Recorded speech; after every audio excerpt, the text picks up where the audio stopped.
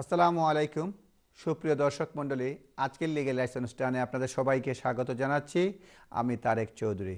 আশা করি আপনারা সবাই ভালো আছেন। লিগ্যাল রাইটস অনুষ্ঠানে বরাবরের মতোই আমি ইমিগ্রেশন বিষয়ে আপনাদের প্রশ্নের উত্তর দেওয়ার চেষ্টা করব আর কিছু আপডেট দেব। আর আমার নিয়মিত অতিথি ব্যারিস্টার রেজা চৌধুরী আজকে আমাদেরকে বেনিফিট বিষয়ে কিছু পরামর্শ দিবেন, আলোচনা করবেন। ডিসেবিলিটি বেনিফিট কারা পাবে, এন্টাইটেলমেন্ট বা এ ব্যাপারে ইউরোপিয়ান সিটিজেন তারাও যদি কীভাবে পেতে পারে সেসব বিষয়ে আমরা ডিসকাস করব। এবং আমরা আজকের এই অনুষ্ঠানে অনেকগুলো বিষয়ে আপনাদের প্রশ্নের উত্তর দেওয়ার চেষ্টা করব। এর মধ্যে রয়েছে employment, immigration, housing, landlord tenancy, যে কোনো বিষয়ে, এডুকেশন বিষয়ক, এডুকেশন এক্সক্লুশন, এসব বিষয়ে আপনারা প্রশ্ন রাখতে পারবেন। আমার অতিথি ব্যারিস্টার রেজা চৌধুরী আপনাদের প্রশ্নের উত্তর দেওয়ার চেষ্টা করবেন। আমার অনুষ্ঠানের শুরুতেই আমি স্বাগত জানাচ্ছি আমাদের নিয়মিত অতিথি barrister Reza Chowdhury. Reza Chowdhury, welcome to our show. Thank you very much. It's good to be here again tonight. Thank you. দর্শক, আমি কিছু আপডেট দেওয়ার চেষ্টা করব এবং কিছু ইমেলের উত্তর দেওয়ার চেষ্টা করব। আর সকলের জ্ঞাতার্থে বলে রাখছি যে আমাদের এই অনুষ্ঠানটি প্রতি রবিবার সন্ধ্যা 7:30টায় সরাসরি সম্প্রচার হয়ে থাকে স্কাই 844 চ্যানেলে, চ্যানেল আই ইউরোপে। আর মঙ্গলবার বিকেল 3:30টায় এটি পুনঃপ্রচারিত হয়ে থাকে একই চ্যানেল থেকে। আর কোনো কারণে আপনারা অনুষ্ঠানটি মিস করে থাকলে আপনারা ইউটিউবে দেখতে পাবেন। আমরা 2-1 দিনের মধ্যে ইউটিউবে আপলোড করে থাকি। লিগ্যাল রাইটস কিংবা তারেক চৌধুরী যে কোনো নামে যদি দেন সেক্ষেত্রে সার্চ করলে আপনি পাবেন, অথবা legal rights with Tarek Chowdhury এই নামে আমরা ইউটিউবে পাবেন। ফেসবুকে আমরা আপডেট দিয়ে থাকি, আমরা আপলোড করে থাকি। সুতরাং সব দিক দিকেই আপনারা কোনো কারণে মিস করলে অনুষ্ঠানটি দেখতে পাবেন। আর প্রশ্ন যারা করবেন সংক্ষেপে এবং প্রতি কলার একটি করে প্রশ্ন রাখবেন। আর সর্বোপরি যেটা সবসময় বলে থাকি, আমরা এখানে জেনারেল অ্যাডভাইস দিয়ে থাকি। সুতরাং আপনারা আমাদের অ্যাডভাইসের উপর ভিত্তি করে কোনো অ্যাকশন নেওয়ার পূর্বে অবশ্যই এক্সপার্ট লয়ারের অপিনিয়ন নেবেন, কিংবা হোম অফিস ওয়েবসাইট বা ল কনসাল্ট করে নেবেন। তাতে করে আপনাদের সঠিক অ্যাপ্লিকেশন জমা দেওয়ার এবং আইনগত কাজ করার সুবিধা থাকবে। সুতরাং আপনাদেরকে থাকতে বলছি, আমরা এখানে কোনো কনক্লুসিভ অ্যাডভাইস বা সর্বশেষ অ্যাডভাইস আমরা দিই না। আমরা একটা জেনারেল ধারণা দিয়ে থাকি, কারণ আমরা যেসব অ্যাডভাইস দিয়ে থাকি সেখানে আমরা কাগজপত্র দেখার সুযোগ কম থাকে। যাই হোক, আমি কয়েকটি আপডেটের ব্যাপারে কথা বলবো। থ্রু আউট দি অনুষ্ঠান আমি চেষ্টা করব আপডেটগুলো বলার জন্য, কিছু ইমেইলের উত্তর দেওয়ার চেষ্টা করব। আপনারা ইমেলও করতে পারবেন এই অনুষ্ঠানে legalrights7@yahoo.co.uk ইমেল করলে আমরা পরবর্তী সপ্তাহে বাছাইকৃত ইমেলের উত্তর দেব, কারণ অনেক ইমেল আমাদের কাছে আসে। সেক্ষেত্রে আমরা বাছাই করে কয়েকটি ইমেলের উত্তর দেওয়ার চেষ্টা করব। আমি কয়েকটি আপডেট দেওয়ার চেষ্টা করছি এই মুহূর্তে। যেটা 27শে সেপ্টেম্বর আসছে, এই government in court battle to avoid having to disclose its immigration backlist. মানে সরকারে প্রায় 21 ইউকেতে যেটা ব্যাকলিস্ট করেছে 44টা কান্ট্রি, যেগুলি ইমিগ্রেশন বিষয়ে খুবই খারাপ রেকর্ড রয়েছে। তো এ ব্যাপারে কোর্ট চাচ্ছে ডিসক্লোজ করার জন্য। গভর্নমেন্ট কোর্ট, কিন্তু এ ব্যাপারে এখন চূড়ান্ত সিদ্ধান্ত হয় নাই, কিন্তু আমি এই বিষয়ে আলোচনা করার চেষ্টা করব পরবর্তী পর্যায়ে। এবং আরেকটি বিষয় রয়েছে, সেটাও একটি মামলার সিদ্ধান্ত, যে ট্রান্সফারের বিষয়ে ট্রান্সফার করা যাবে না এই ধরনের একটি সিদ্ধান্ত প্রায় আসতে যাচ্ছে। এবং যেটা হচ্ছে যে এখানে যে কোনো মেম্বার স্টেট থেকে অ্যাসাইলাম বিষয়ে মামলা আসুক, তাদেরকে রিসিপশন যেভাবে দেওয়া সেই ধরনের রিসিপশন দেওয়া উচিত, সে বিষয়ে একটি মামলা আসছে। এই মামলা ইসিজেতে বলা হচ্ছে, the minimum condition for the reception for asylum seekers must be granted by the member state in reception of application for asylum. সুতরাং অ্যাসাইলামের অ্যাপ্লিকেশন রিসিভ করার পরে তাদের জন্য যা যা করা উচিত তা যেন করা হয়, সে বিষয়ে ইউরোপিয়ান কোর্ট অফ জাস্টিসের একটা মামলা আসছে। আরও কিছু ইমেল আসছে লয়ারদের ব্যাপারে, যেটা হচ্ছে যে এই লয়ারদের ব্যাপারে আপনারা জানেন যে নতুন কমপ্লায়েন্স রেগুলেশন আসছে, যে solicitors farm compliance regulation fulfil করতে হবে।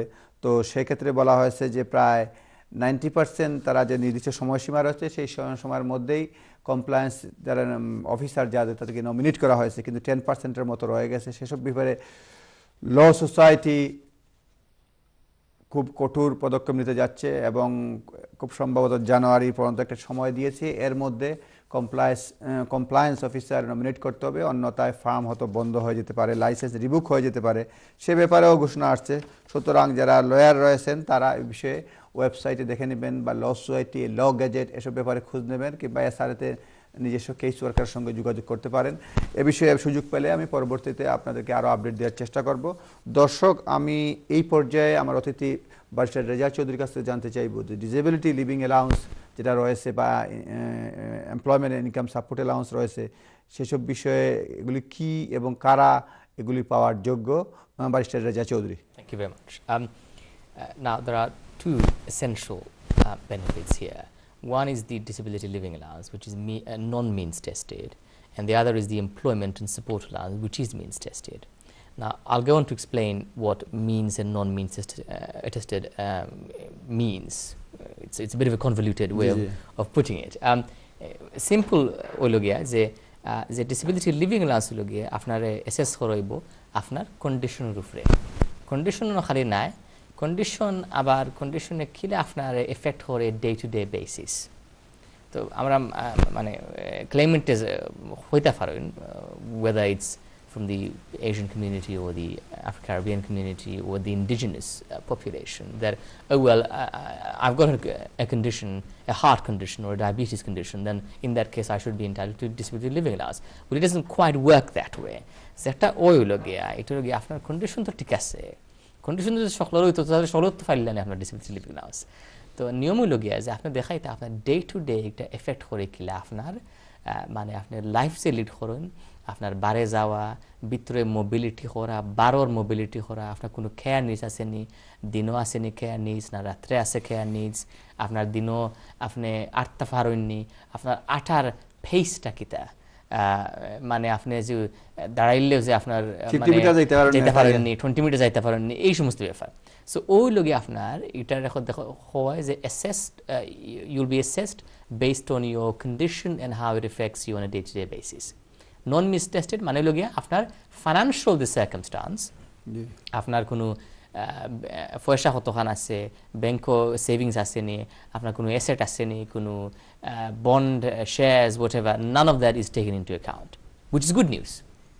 So that's the brief sort of explanation on the means and the non-means. As একটা means tested হইল গিয়া, এটা হইল গিয়া যে আপনার it's the opposite, মানে হইল কি আপনার যদি কোনো সেভিংস থাকে, কোনো আর্নিংস থাকে, কাম করা কিংবা অন্য কেউ কোনো কাম করা, হাউস হোল্ডার যারা মেম্বার আছেন তারা সলতা দৌড়িয়া দেখবো যে আপনি কোয়ালিফাই করেন কি না। এটার মানে কি? এটার মানে হইল গিয়া যে আপনি যদি মনে করুকা এমপ্লয়মেন্ট ইন্স্যুরেন্স ক্লেম করেন, which I will explain what that is in a minute, যে সময় ক্লেম করবা তারা মানে ক্লেম ফর্ম তারা জিকাইব তোমার কোনো হাউস হোল্ডও আর কেউ তখননি বলে হয়, তখন আমার ছেলে আসুন তাইন 25 বছর বয়স আর তাইন কাম করা ডিলয়েট এন্ড টুশ তাইন বেতন পাই 90,000 পাউন্ড, 90,000 পাউন্ড পাইলে তো এত টাকা পাতে আর আপনার বেনিফিট দিতে করতে। বেনিফিট হলো এটা আপনার সাবসিস্টেন্স লেভেল, যে আপনার কোনো পয়সা নাই, আপনার একটা মানে almost living on the bread line, ওগুলো এসএস মানে করবো আপনার financial circumstances. So that's the definition of non-means test benefit.